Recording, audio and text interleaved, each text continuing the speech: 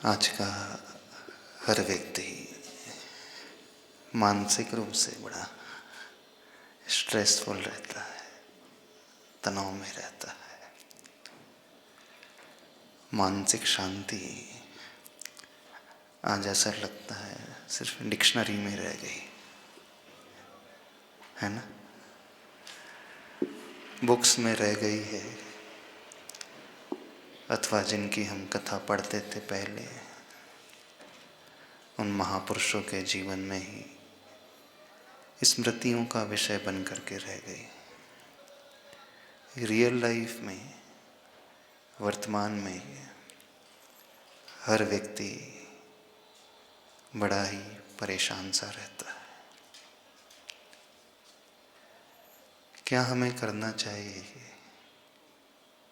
कि हम उस शांति को प्राप्त कर सकें? अशांत हम कैसे होते हैं? सोच के आधार पर भी होते हैं, वाणी के शब्दों के प्रयोग से भी होते हैं और फिजिकल एक्टिविटी से भी होते हैं।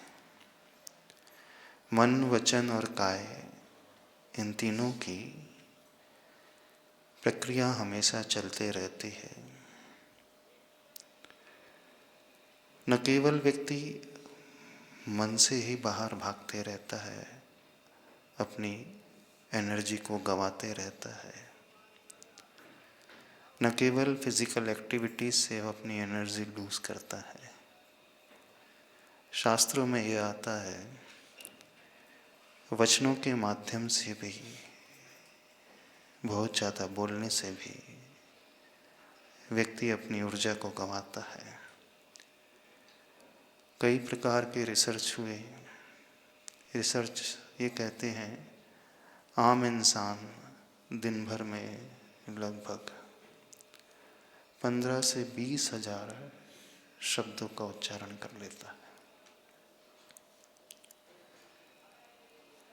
और इतना बोलने में उसकी कितनी एनर्जी लूज होती है, तो कोई शारीरिक श्रम करे उसमें 2-3 घंटे में जितनी वो अपनी एनर्जी को गंवाता है, इतने शब्दों के बोलने से वो अपनी ऊर्जा को भी गंवा देता है।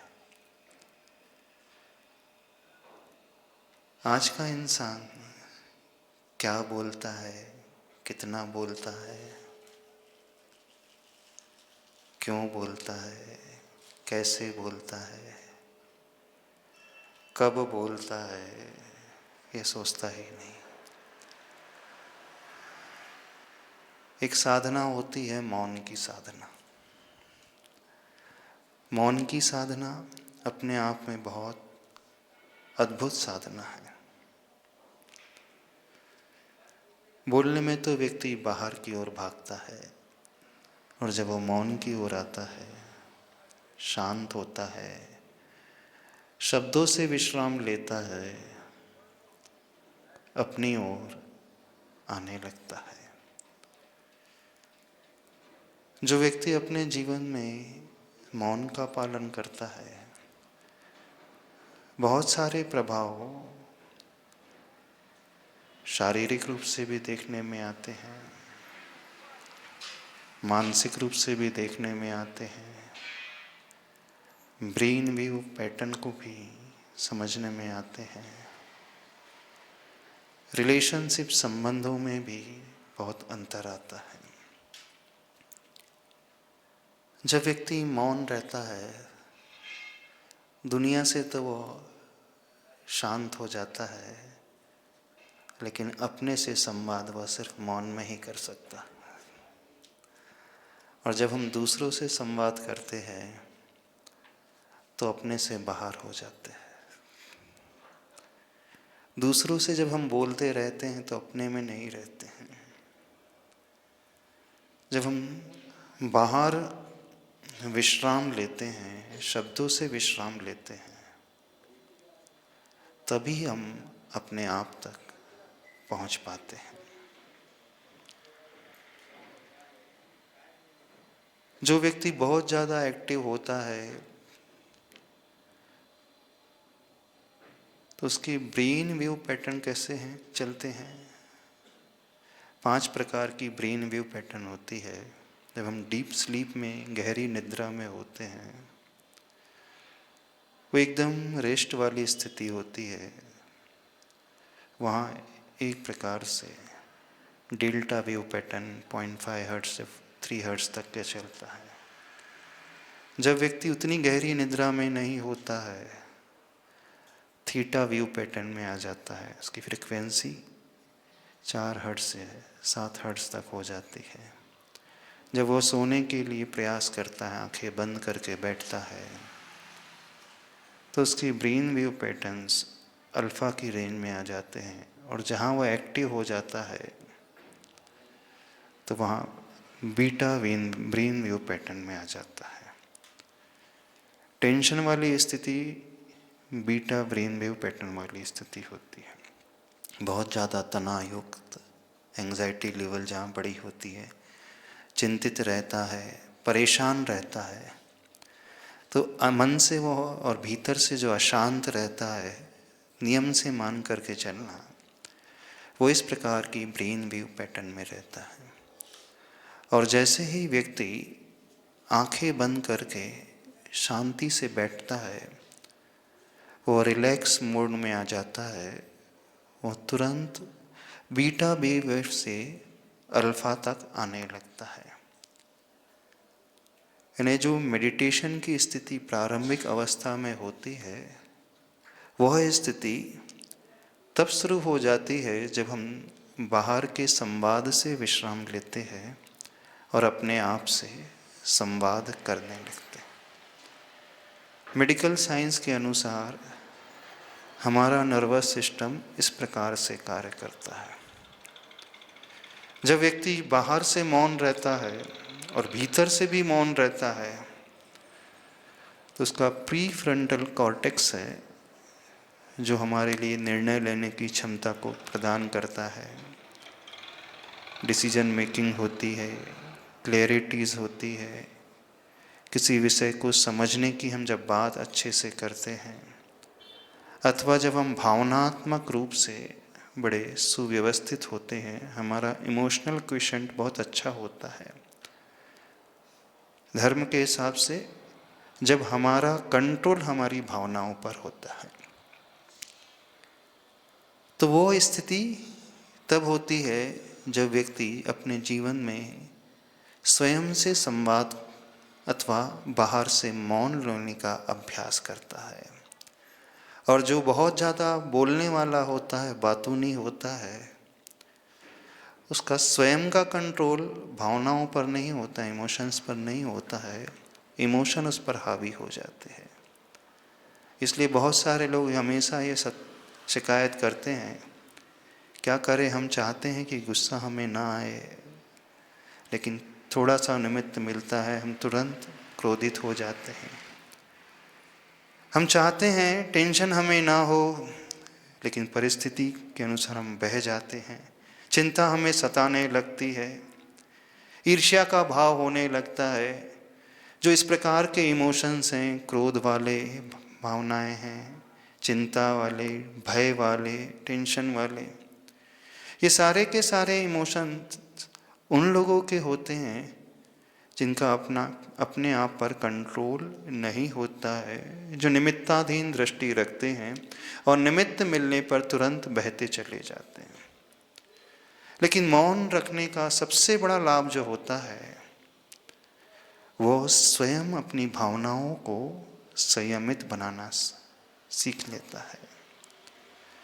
जो व्यक्ति अपने दिन भर की दिनचर्या में मौन का अभ्यास करता है, शांत रहने का अभ्यास करता है, उसका स्ट्रेस लेवल बहुत कम रहता है, उसकी एंग्जाइटी भी ज़्यादा नहीं होती है, चिंता भी उससे ज़्यादा नहीं होती है।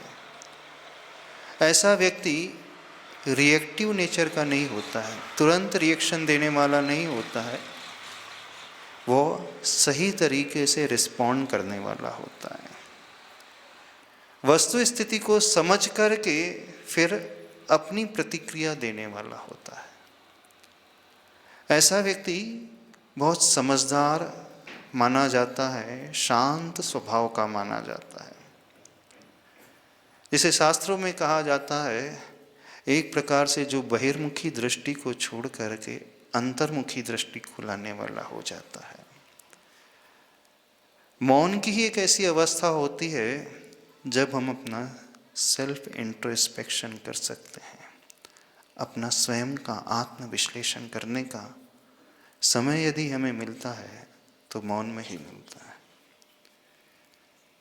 एक बहुत अच्छा कोटेशन पढ़ा था, wise people speaks because they have something to say and fools speak because they have to say something. समझदार लोग व्यक्ति तब बोलते हैं जब उनके पास कुछ कहने के लिए प्रयोजनभूत बातें होती हैं, और जो मूर्ख होते हैं वो कहने के लिए ही बोलते रहते हैं, कहने के लिए कुछ भी आलम्बन लेते हैं। और जो समझदार होते हैं जब उनके पास कुछ होता है तो वो कहते हैं, और जो मूर्ख अज्ञानी होते हैं वो कुछ भी कहते रहते हैं। दोनों ही कहते हैं, लेकिन ज्ञानी व्यक्ति की पहचान होती है, वो जब भी बोलता है, बात करता है, तो उसके पास पर्पस होता है, उद्देश्य होता है। आपने कभी सोचा है, आप दिन भर में जितना बोलते हो, जितना संवाद करते हो, मुंह चलाते हो, उसमें से कितना मीनिंगफुल होता है? कोई उद्देश्य को लेकर के होता है कि निरुद्देश्य, बिना सोचे समझे, बिना प्रयोजन के बैठे बैठे, खाली बैठे हैं तो बोलना ही शुरू कर देते। कुछ लोग शांत बिल्कुल नहीं रह सकते। वो शांत बैठ जाए तो इंडाइजेशन की समस्या हो जाए। इसलिए उनकी आदत है बकबक करने की, व्यर्थ में ही कुछ भी बातें करने की। तो जो इस प्रकार से अपनी हैबिट बना करके चलता है, तो समझना वो कितनी अपनी ऊर्जा को वेस्ट करते चला जाता है। अननेसेसरी अनर्थ दंड के रूप में अपनी ऊर्जा को समाप्त करते चला जाता है।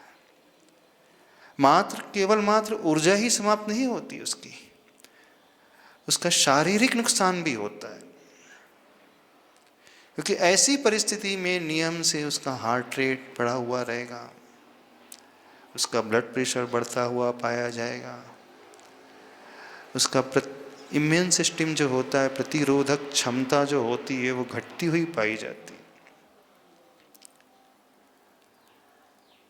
ऐसे व्यक्ति जो बहुत ज़्यादा बातूनी होता है ना, वो सिंपैथेटिक नर्वस सिस्टम के अनुसार चलता है। और जो अपने जीवन में मौन का आलम्बन लेता है अथवा सोच समझ करके बोलने वाला होता है, उसका पैटर्न जो होता है बॉडी का, पैरासिम्पैथेटिक नर्वस सिस्टम के अनुसार चलता है। हमारे बॉडी में, हमारे शरीर में हमारा नर्वस सिस्टम दो प्रकार से कार्य करता है। एक सिंपैथेटिक नर्वस सिस्टम, यानी फाइट और फ्लाइट मोड में तुरंत रिएक्ट करने वाले जो होते हैं ना, या तो चिल्लाना शुरू हो जाएंगे, फाइट करना शुरू कर देंगे, अथवा फ्लाइट भाग जाएंगे, परिस्थिति से मुख मोड़ लेंगे, वे सामना बिल्कुल नहीं कर पाएंगे। जहाँ पैरासिम्पैथेटिक नर्वस सिस्टम होता है, वहाँ रेस्ट और डाइजेस्ट मोड होता है। क्या रेस्ट और डाइजेस्ट मोड होता है? यानी कि वो इमोशनली बहुत शांत रहता है। उस व्यक्ति का डाइजेस्टिव सिस्टम बड़ा मजबूत होता है। देखना, उसका पाचन तंत्र बहुत अच्छा रहता है, उसका हार्ट रेट बहुत कंट्रोल रहता है, उसका ब्लड प्रेशर बहुत कंट्रोल रहता है, उसके लंग्स बहुत अच्छे से कार्य करते हैं, उसके श्वासोच्छ्वास की गति जो होती है बहुत सीमित होती है। ऐसा ही व्यक्ति कभी अकाल में नहीं मरेगा। उसकी बॉडी में प्रॉपर ऑक्सीजन पहुंचती है, वो धीरे धीरे श्वास लेने वाला होता है। जब व्यक्ति बहुत ज़्यादा बातूनी हो जाता है, यानी सिंपैथेटिक नर्वस सिस्टम में आ जाता है, तो नियम से इसकी श्वासोच्छ्वास की गति बढ़ जाती है। बिल्कुल उस समय हमारे आयु कर्म की उदीर्णा तीव्र गति से होने लगती है। तो जब हम बिना सोचे समझे अपनी आदत के अनुसार बोलने वाले हो जाते हैं तो शारीरिक नुकसान, स्वास्थ्य का नुकसान भी होता है। भावनात्मक नुकसान, यानी हम अपने इमोशंस को कभी कंट्रोल करने वाले नहीं हो पाएंगे। इमोशंस हम पर हमेशा हावी रहेंगे। छोटी छोटी बातों में हम तुरंत रिएक्ट करने वाले हो जाएंगे। कुछ लोग होते हैं उनका कंट्रोल ही नहीं होता है, समझते सब कुछ है, लेकिन जैसे ही कोई प्रतिकूल निमित्त मिला कि तुरंत बह जाते हैं। वे अंतरंग से चाहते हैं कि नहीं, मैं निमित्तों से प्रभावित ना हूं, मैं स्वयं का कंट्रोल स्वयं पर रखूं। तो कैसे संभव होगा? एक अभ्यास ठीक है, बहुत अच्छा अभ्यास होता है जब आप अच्छा सोचते हो, लेकिन अच्छे सोचने के लिए, अपना स्वयं का आकलन करने के लिए, अपनी ओर दृष्टि लाने के लिए, अंतर्मुखी होने के लिए हमें पहले बाहर से विश्राम लेना पड़ेगा ना। क्योंकि हमारा मन, वचन और काय तीनों युग चलते हैं। तो पहली स्टेप होती है हम फिजिकली रेस्ट लें, थोड़ा सा रुकें, और दूसरी स्टेज होती है हम वर्बली रुकने की कोशिश करें। नहीं, जो बहुत ज़्यादा हम वचनों का प्रयोग करते हैं, वचन योग जिसका बहुत ज़्यादा हो जाता है, वो अपने आप को खोता है। बातूनी व्यक्ति कभी सेल्फ रिफ्लेक्शन करने वाला हो ही नहीं सकता। जो बिना सोचे समझे बोलने वाला व्यक्ति कभी आत्मचिंतन और आत्ममंथन करने वाला होगा ही नहीं। कभी उसका कंट्रोल उस पर होगा ही नहीं, उसका संयम हो ही नहीं सकता। और ऐसे व्यक्ति का स्वभाव इस प्रकार का हो जाता है, दुनिया उससे कतराना शुरू कर देती है। हम चाहते हैं दुनिया हमें लाइक करे, पसंद करे, पर कब संभव होता है? जब हम स्वयं शांत होकर के टू द पॉइंट बोलने वाले होते हैं। जो जितने भी बड़े बड़े लीडर्स होते हैं उनकी एक विशेषता होती है, वे कम बोलते हैं लेकिन सटीक बोलते हैं। वे बोलते कम हैं किंतु सुनते अधिक हैं। वे एक्टिव लिसनर होते हैं, सामने वाले को पूरा इंपॉर्टेंस देकर के उसकी बात को ध्यान से सुनते हैं। और जो एक्टिव लिसनर होता है, दूसरों की बातों को सुनने वाला होता है, वो कुछ भी ना बोले, कुछ भी ना करे, सिर्फ इस क्रिया से अपने आप दूसरों का दिल वैसे ही जीत लेगा। सामने वाले को लगेगा कितना अच्छा व्यक्ति है, उसका विश्वास अपने आप ही हो जाएगा। आप लोगों के रिलेशनशिप में प्रॉब्लम क्यों आती है? संबंधों में कोई पार्टनर सुनने को खाली तैयार ही नहीं होता, सब सुनाने में ही लगे रहते हैं, है ना? ना हस्बैंड वाइफ की सुनते हैं, ना वाइफ हस्बैंड की सुनती है, सिर्फ सुनाना ही सुनाना है। और जहां एक व्यक्ति, एक पार्टनर शांति से सुनने वाला हो जाता है, वहां सारे झगड़े टंटे अपने आप ही पहले से समाप्त हो जाते होते हैं ना। आपका पार्टनर यदि एक्टिवली आपको सुन रहा है, आपकी बहुत सारी शिकायत अपने आप ही शांत हो जाएंगी। तो यदि आप अपने संबंधों को भी अच्छा बनाना चाहते हैं तो बोलना कम, सुनना अधिक सीखें। यदि हम अपने तक आना चाहते हैं, यदि हम ध्यान में प्रवेश करना चाहते हैं, यदि हम धर्म करना चाहते हैं, धर्म समझना चाहते हैं, तो आचार्य भगवान कहते हैं वह स्वाध्याय सबसे ज्यादा फलीभूत होता है जहां अनुप्रेक्षा होती है। अनुप्रेक्षा रूपी बार बार चिंतन करने वाला व्यक्ति जो स्वाध्याय करता है, वही अपनी आत्मा का कल्याण कर सकता है। जितने भी महापुरुष हुए जिन्होंने अपनी आत्मा के कल्याण के लिए कदम आगे बढ़ाया, दूसरों से बात करते समय नहीं, स्वयं के बारे में चिंतन पैदा करने से। तो अनुप्रेक्षा, शांत होकर के अपना चिंतन, अपना आकलन करना तब संभव होता है जब हमारा स्वभाव बोलने का कम और सुनने का अधिक हो जाए। सीधी सी बात है, आप जब भी बोलते हैं तो इच्छा ये बताना, बोलने से किस किस का फायदा होता है? हाँ? आपका फायदा होता है, सामने वाले का फायदा होता है, अन्य जीवों का फायदा होता है, क्योंकि आपकी भाषा समिति तो है नहीं, हित मित और प्रिय वचन तो बोलने वाले हो नहीं। हमारे वचनों में स्खलन तब आता है जब हम बहुत ज़्यादा बोलने वाले हो जाते हैं। जिसकी आदत में ही सिर्फ बोलना ही बोलना आ जाता है, वो सोचने वाला अपने आप कम हो जाएगा, वो सोच करके बोलेगा ही नहीं। क्योंकि जो सोचने वाला होता है, अथवा यूं कहें जो मौन को जीवन में अपनाने वाला होता है, वही सही गलत की पहचान कर सकता है, हे उपादेय की पहचान कर सकता है, क्या मुझे करना क्या नहीं करना, कब मुझे आगे बढ़ना कब नहीं बढ़ना, कब कदम पीछे खींच लेना। ये तभी संभव हो पाता है यदि हम अपनी आत्मा तक आना चाहते हैं, अध्यात्म में प्रवेश करना चाहते हैं, धर्म में प्रवेश करना चाहते हैं, तो हमें दुनिया से बातें कम करना होगा और स्वयं से बातें अधिक करना होगा। मौन का अर्थ ये नहीं कि व्यक्ति स्वयं से भी बातें ना करे। मौन का अर्थ ये नहीं कि एकदम से शब्दों से वो विराम ले ले।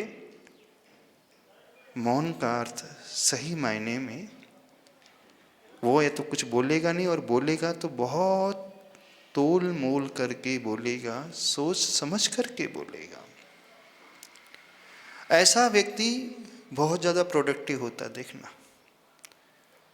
बहुत ज़्यादा एफिशिएंट होता है। वो जब भी कुछ करेगा तो अच्छा रिजल्ट ही निकल करके आएगा। मौन का अर्थ है नहीं कि निराशा में डूब गया। जब व्यक्ति अंदर से निराश हो जाता है तब भी वो शांत हो जाता है, उस मौन की बात नहीं कर रहा है। वो तो परवश हो गया। मौन तो स्ववश होता है। निराशा में परिस्थिति का मारा हो गया, जो चाहता था नहीं मिला, इस कारण जैसे कूप भवन में जाकर के आप बैठ जाते हो, आपके मन की नहीं होती है, रूठ करके बैठ जाते हो, किसी से बात नहीं करते। कुछ लोग होते हैं जब मन की नहीं होती है तो बात करना तुरंत बंद कर देते हैं। वो मौन नहीं है, वो तो द्वेष का भाव हो गया, वो तो असंयम का भाव हो गया, वो तो स्वयं पे कंट्रोल ही नहीं रहा। हम उस मौन की बात कर रहे हैं जहाँ व्यक्ति का कंट्रोल स्वयं पर होता है, किसी से द्वेष नहीं होता है। मौन हमें आनंद से भरता है। मौन हमारे भीतर एक ऊर्जा को पैदा करता है, न केवल ऊर्जा को पैदा करता है बल्कि अननेसेसरी जो एनर्जी का लॉस हो रहा था उसको भी वो रोकता है और नए सिरे से हमें प्रोडक्टिव बनाता है। मौन हमारे ब्रेन को पूर्ण रूप से हेल्दी बना देता है। जो कुछ नए न्यूरॉन करेक्शंस होते हैं, न्यूरल पाथवेज होते हैं, तब बनते हैं जब हम बाहर की दुनिया से विराम लेकर के अपने बारे में सोचने वाले हो जाते हैं। हम रिलैक्स मोड में ही तब आ पाते हैं जब हम बाहर के उन विकल्पों से मुक्त होकर के स्वयं के बारे में सोचने वाले हो जाते हैं। तो मौन का अर्थ कोई निराशा का भाव नहीं, मौन का अर्थ सामने वाले से द्वेष का भाव नहीं, कोई रूठने का भाव नहीं, क्योंकि रूठ करके निराश होकर के द्वेष से भर करके आप शांत बैठे हैं तो यहाँ अंदर ही अंदर विकल्प पैदा हो रहे हैं। मौन में तो परम समता होती है, साम्य भाव होता है। मौन में स्व का परीक्षण करने का मौका मिलता है,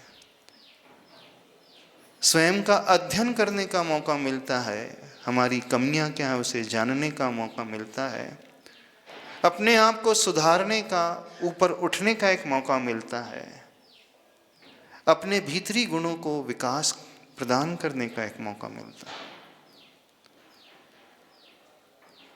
और जब हम दुनिया से मौन होते हैं ना, तभी हम उस दिव्य वाणी को सुन सकते हैं, प्रभु की वाणी को सुन सकते हैं, समझ सकते हैं। जब हम दुनिया से संवाद नहीं करते हैं तभी हम अपनी आत्मा से संवाद करने वाले होते हैं। और जो अपनी आत्मा से संवाद कर सकता है वही व्यक्ति परमात्मा से संवाद कर सकता है। मान करके चलना। वही व्यक्ति परमात्मा की सुन सकता है, वही व्यक्ति परमात्मा की बातों को स्वीकार कर सकता है, मान सकता है, वही व्यक्ति अपना आत्म विकास कर सकता है, वही व्यक्ति अपनी कमियों को दूर कर सकता है, वही व्यक्ति अंदर ही अंदर फुल ऑफ एनर्जी से भरा हुआ रह सकता है। जब हम चिंतन करके मौन से बाहर निकलते हैं, फिर जो निकलेगा वो हमारा भीतर का होता है, वो अलग होता है कुछ, वो एक आनंद अलग ही प्रकार का होता है। कई व्यक्ति होते हैं जो मौन ले लेते हैं लेकिन वो उतनी ज़्यादा परेशान रहते हैं, तो वो मौन नहीं कहलाता। वो तो ज़बरदस्ती वाली बात होगी, मुंह पे टेप लगा दिया, बोलना नहीं, वो तो सज़ा हो गई। सज़ा की बात नहीं कर रहे हैं, पनिशमेंट की बात नहीं कर रहे हैं। मौन तो स्वेच्छा से लिया जाता है, परवश होकर के नहीं। जो उस मौन के महत्व को समझ लेगा, मौन के क्या क्या फायदे जीवन में होते हैं, physical wellness, mental wellness, emotional wellness, spiritual wellness, relationships की वेलनेस, चाहे कोई भी हम वेलनेस की बात करें, ये तभी संभव होता है जब हम अपने बारे में आत्मचिंतन करना प्रारंभ करते हैं। आप लोग कभी शांति से बैठ कर के कुछ सोचते हो अपने बारे में? चिंता की बात नहीं कर रहे, चिंतन मौन में आता है। चिंता में भी व्यक्ति कुछ नहीं बोलता है, लेकिन वहाँ विकल्प है, टेंशन है, एंग्जाइटी है, उसकी बात बिल्कुल नहीं कर रहा। बाहर से चिंता और चिंतन में दोनों ही अवस्थाओं में व्यक्ति शांत दिखता है, पर दोनों ही रिजल्ट में जमीन आसमान के अंतर को लिए हुए होते हैं। तो अंदर ही अंदर वो तो बहुत परेशान रहता है जो चिंता से ग्रसित है, विकल्पों से वो भरा हुआ है, लेकिन मौन में वो निर्विकल्पता की ओर पहुंचने वाला होता है, अपने आप के उस आनंद को पाने वाला होता है। यदि हमारा आध्यात्मिक विकास हो सकता है तो जब हम बाहर से संवाद को रोकते हैं और जैन धर्म के अनुसार कर्म सिद्धांत को देखें, तो जब व्यक्ति वचन प्रणाली को बंद कर देता है तो बहुत सारे कर्म आश्रव से स्वतः ही बसते चला जाता है।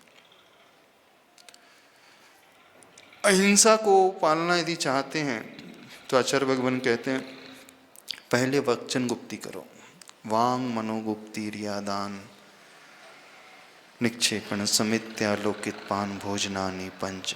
अहिंसा व्रत की 5 भावना में सबसे पहले वचन गुप्ती रखा, यानी बोलना नहीं। क्योंकि आचार्य भगवान कहते जब हम बोलते हैं, हमारे मुख से जो शब्द निकलते हैं, उन शब्दों से भी कई जीवों को आघात पहुंचता है, उनकी भी हिंसा हो जाती है, क्योंकि वो मैटर है, पुद्गल है।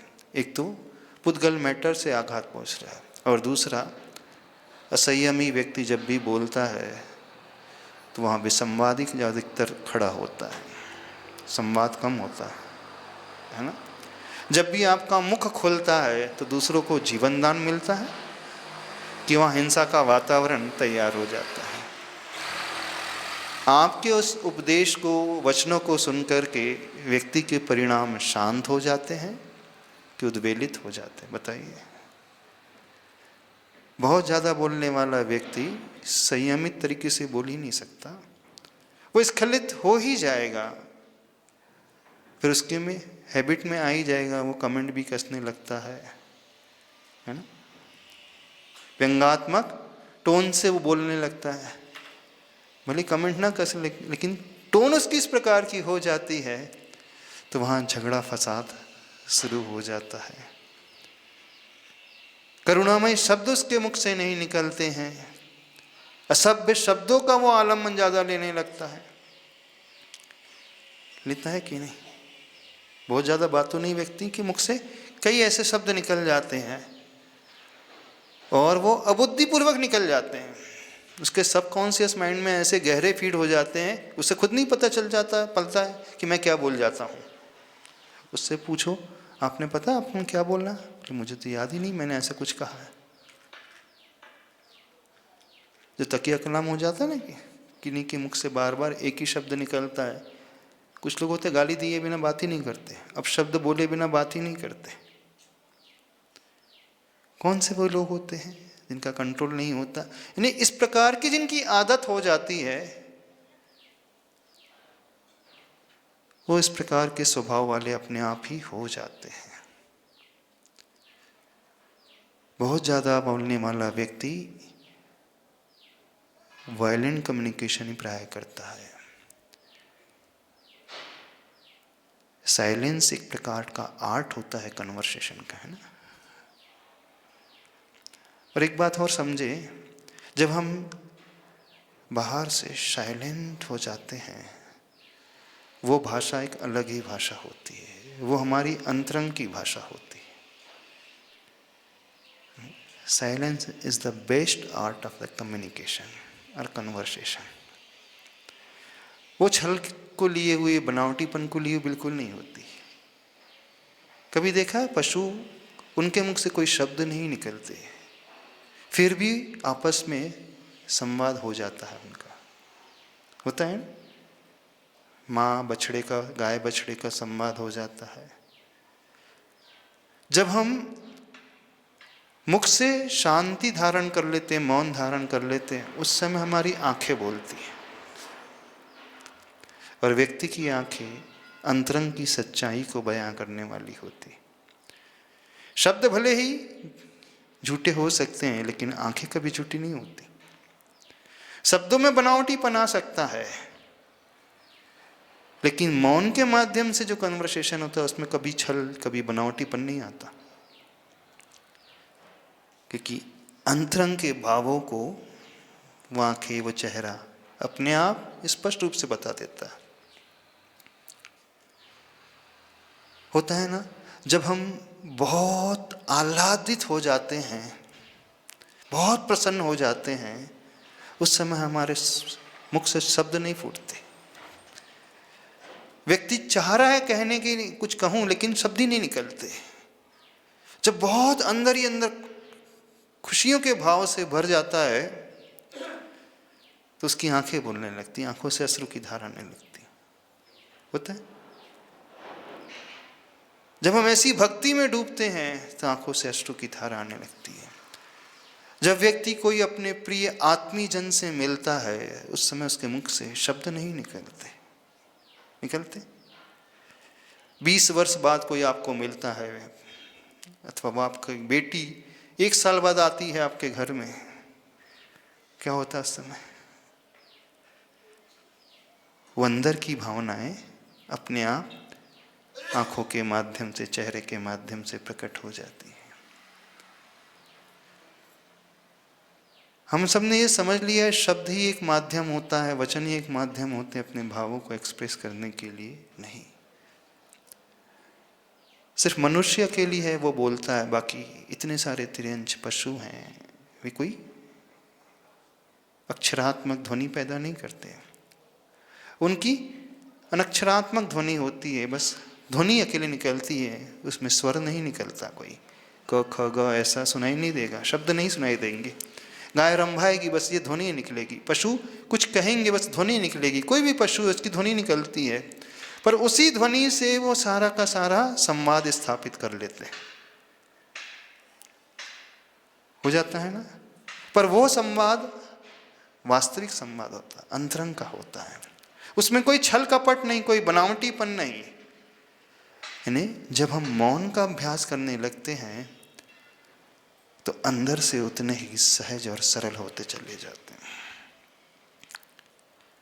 और जब हम बहुत ज़्यादा बोलने का अभ्यास करते हैं तो नियम से हमारी सहजता और सरलता खोते चले जाती है। इसलिए महापुरुष अथवा जो बड़े लीडर्स होते हैं, उनकी विशेषता होती है वो बहुत कम बोलते हैं और अधिक सुनते हैं। दूसरों को भी हम सुन ही तब सकते हैं जब हम स्वयं बोलना बंद कर देते हैं। अब दोनों ही बोल रहे हैं तो सुनेगा कौन? झगड़ा कब होता है? जब दोनों ही बोलते रहते हैं, सुनने को कोई तैयार ही नहीं होता है। और झगड़ा शांत कब होता है? जैसे ही एक व्यक्ति भी बोलना बंद कर देता है तो वहाँ बड़े से बड़े झगड़े भी थोड़ी देर के पश्चात शांत हो जाते हैं। तो जीवन में यदि हम शांति चाहते हैं तो हमें उन शब्दों से भी विश्राम लेना पड़ेगा, और मन की शांति भी तभी मिल सकती है, और आत्मा की शांति भी तभी हो सकती है। होते हैं कि नहीं? मन की भाग दौड़ से भी हम तभी बच सकते हैं। मन की बहुत ज़्यादा एक्टिविटी होती है, ये करूं वो करूं, उसमें बहुत ज़्यादा व्यक्ति ओवर एक्टिव होने लगता है। देखना उसको, उस समय उसका फिजिकल जो चेंजेस बॉडी में अलग ही प्रकार के होते हैं। लेकिन जब व्यक्ति मन से भी वचनों से भी शांत हो जाता है तो एक अलग ही रिलैक्स मोड में होता है। वहाँ हम अपनी एनर्जी को सेव करते हैं और एनर्जी को जनरेट भी करते हैं। कुछ समझ में आ रहा है कि नहीं समझ में आ रहा? तो आज एक बात सोचना कि हम दिन भर में कितना बोलते हैं और क्यों बोलते हैं, क्या बोलते हैं।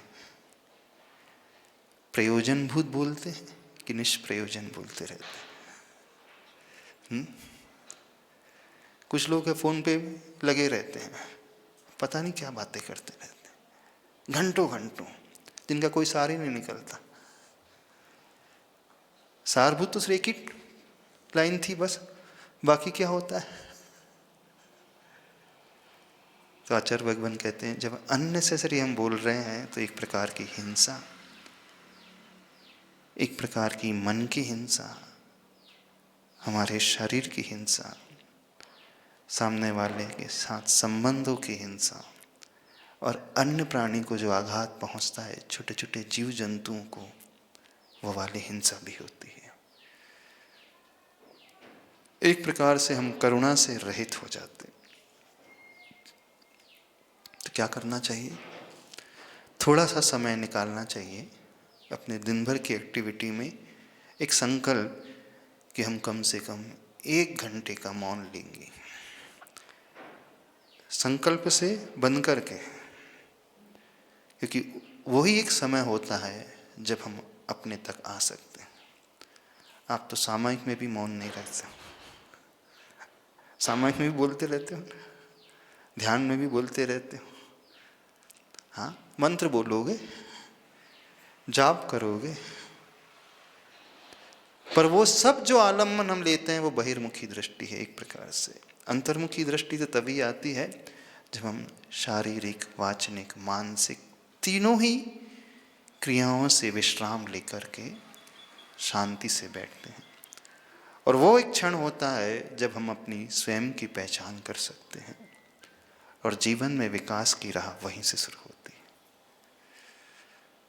समझ रहे हो? कितने घंटे मौन रखते हो दिन भर में? कुछ लोग हैं बोले महाराज जी 6 घंटे का मौन। हमने कब? रात को सोने के बाद, सुबह उठने तक मौन ही रहता हमारा। जागृत दशा की मौन की बात चल रही है, निद्रा वाले मौन की बात नहीं। कषाय वाला मौन भी मौन नहीं कहलाता, वहां पे व्यक्ति जागृत नहीं रहता है, वो तो कषायों से प्रभावित रहता है, क्रोध से भरा हुआ, अभिमान से भरा हुआ, छल की भावना से भरा हुआ, वहां भी जागृति नहीं है। जागृत मौन अथवा आर्य मौन वो कहलाता है जहां व्यक्ति सावधान रहता है, अलर्ट रहता है, रिलैक्स्ड रहता है, बड़ा पीसफुल रहता है। वहाँ उस समय वो प्रोडक्टिव होता है, उस समय वो क्रिएटिव होता है, उस समय जो विचार आएगा वो नया सृजन करेगा, कुछ ऐसा सृजन करेगा जो अद्भुत होगा। कोशिश करना, यदि हम धर्म को पाना चाहते हैं, आत्मा को पाना चाहते हैं, अपना विकास करना चाहते हैं, तो एक साधना मौन की भी होना चाहिए, जहाँ बाहर से भी मौन और भीतर से भी मौन, जहाँ बाहर की भागदौड़ भी समाप्त हो जाए, वचनों की भागदौड़ भी समाप्त हो जाए और मन की भागदौड़ भी समाप्त हो जाए, तब जो आनंद पैदा होगा वो अद्भुत पैदा होगा। तो हमारी साधना अलग ही प्रकार की होगी। बोलने का निषेध नहीं कर रहे हैं, लेकिन बोलने के पहले सोचो तो सही कि हम क्या बोलने जा रहे हैं। बोलना है इसलिए कुछ भी कहते चले जाए, ऐसा नहीं होना चाहिए। बोले संत श्रोमणी आचार्य भगवान गुरुदेव श्री विद्यासागर जी महाराज की जय। परम पूज्य निर्यापक श्रमण मुनि वीर सागर जी महाराज की जय।